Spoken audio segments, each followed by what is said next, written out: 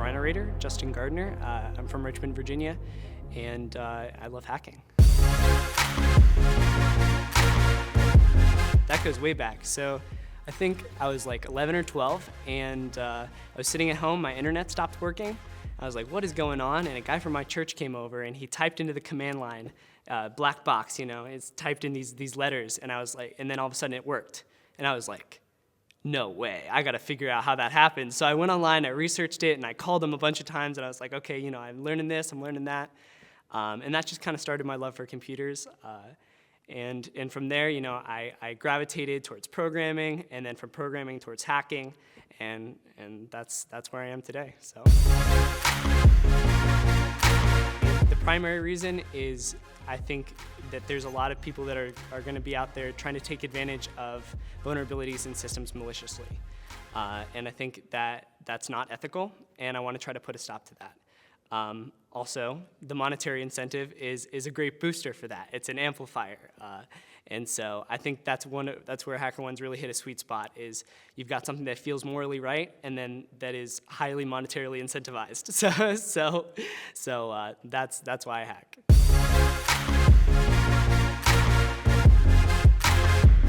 Your heart just starts beating, and then you start questioning. You're like, okay, I messed something up, and you go back in there and you double check it again, and you see it, and then you just get this adrenaline pumping, right? It starts pumping, and you're like, okay, should I look into this more? Should I report it right now? And then a voice pops in, oh, you got to report it right now. Someone's gonna dupe you, but then you're like, oh, but I got to get more impact, and it's that eternal fight. You gotta decide in the moment, and that's what makes it really fun.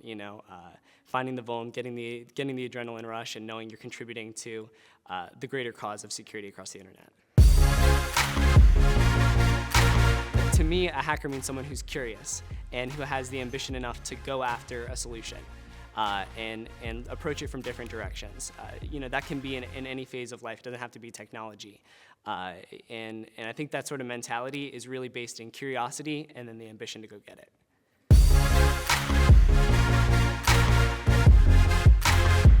Being a part of the bigger hacker community is kind of surrounding yourself by people that are going to further you. So one of the things that's gotten me to where I'm at today, and I definitely wouldn't be where I'm at today without people surrounding me that are more ambitious and more intelligent than I am, and that pushes me to grow, and it pushes me to develop a skill set that's very dynamic and different based off of all the different inputs of all the hackers in the community.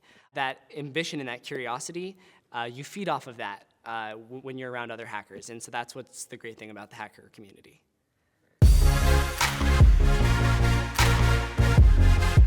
So first big vuln I got, I won't disclose anything further. It was a 4-figure bounty, and it was right before I went on my honeymoon.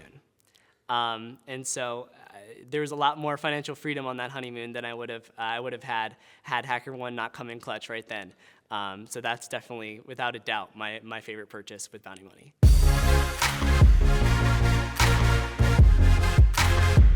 Hackers I want to give a shout out to is a trick question, because there's so many, and if I list some, then I'm going to miss others. Yeah, I mean, one thing that pops right into my head is John.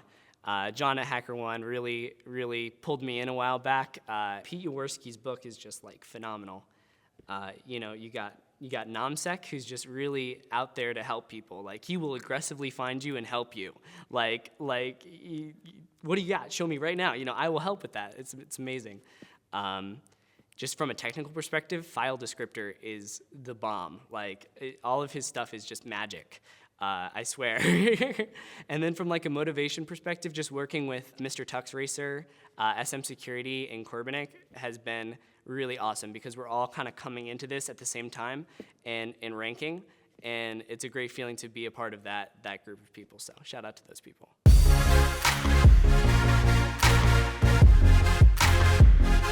I don't know if this even counts as swag, but those little metal ice cubes that you put in scotch, those things are the bomb. And I was just about to buy those online right before H1415 or wherever you gave them out. And I get there and I'm like, no way, these are not these. So I grabbed a pack, and Mariah grabbed a pack, and so those are by far most useful and epic piece of swag that I have.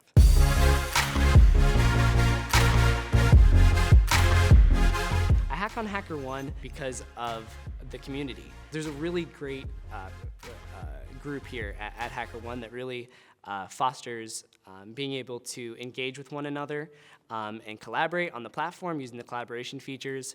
And I think that's what keeps on drawing me back. There's definitely the highs and the lows, but the features that HackerOne has for collaboration and the community around that collaboration is what brings me back for more.